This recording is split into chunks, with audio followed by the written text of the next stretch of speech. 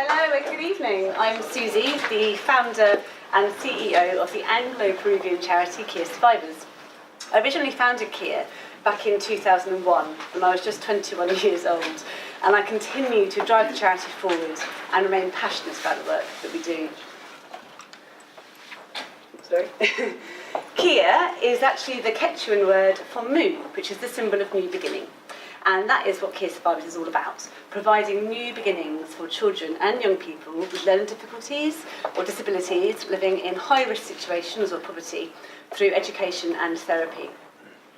Over the years, we've set up 4 projects across Peru, and through those projects we employ 25 Peruvian professionals who work from the local communities within those projects.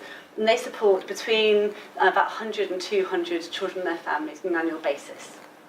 One of the programmes that we run is the Outreach Programme, which provides in-house support to children and their families in need of physiotherapy, speech therapy, counselling, nutritional or hygiene advice. We also run back-to-work programmes or housing solutions. We also have basic building projects where we provide families who don't have access to running water or basic hygiene facilities with bathrooms. Over the last few years, we've realised that we're coming into contact with more and more girls and young women who are in situations that are leading to abuse. And abuse really is the main focus of this evening. Women in Peru are under great threat of abuse. In fact, 2/3 of Peruvian women claim to have been abused physically, sexually or mentally at some point in their lives. Lima is now the most dangerous city in Latin America for women, and it's the 5th most dangerous in the world. This isn't right, and this needs to change. I don't know if you guys remember last year there was the Me Too social media campaign that went global, and to me that was such an incredible thing. It gave women a voice, women that had been through all sorts of situations. It brought us together. I said Me Too in that campaign, as did a lot of my friends and colleagues, and it empowered us. It made us feel we weren't alone. It broke the silence. When that campaign happened, I thought, actually, this is what we should be doing with our girls in Peru, giving them the voice. And so Yo También, Me Too, in Peru was launched to give the invisible girls of Peru a chance to stand up, speak out, get help, and walk away from the situations they're currently in.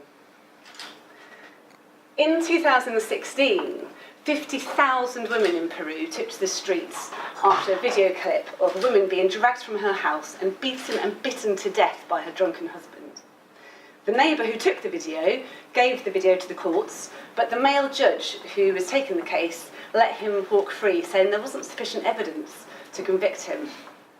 This caused a national outrage, and I think for many it was the breaking point. People's voices had been repressed for too long, and they were now ready to say, no, this is enough, we've got to change things.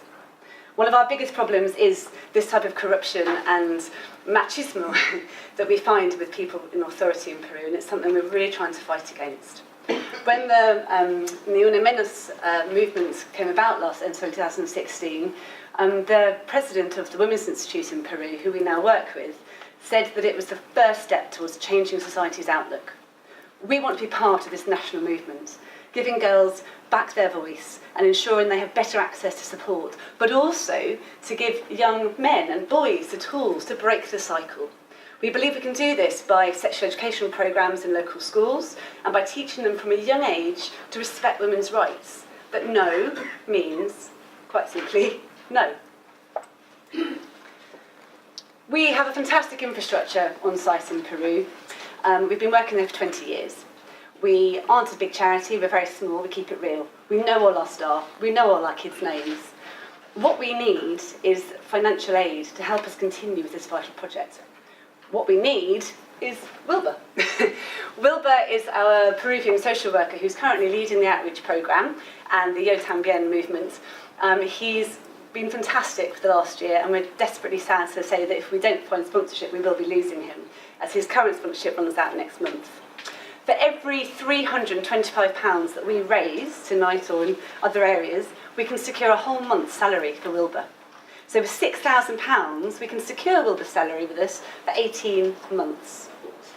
As an entire project, what we're trying to get is actually £20,000 altogether, which will secure Wilbur's wage for 2 years, but it will also provide us with an outreach vehicle, which we're desperate for, so that Wilbur and the team can reach the more hard-to-reach areas up in the valleys.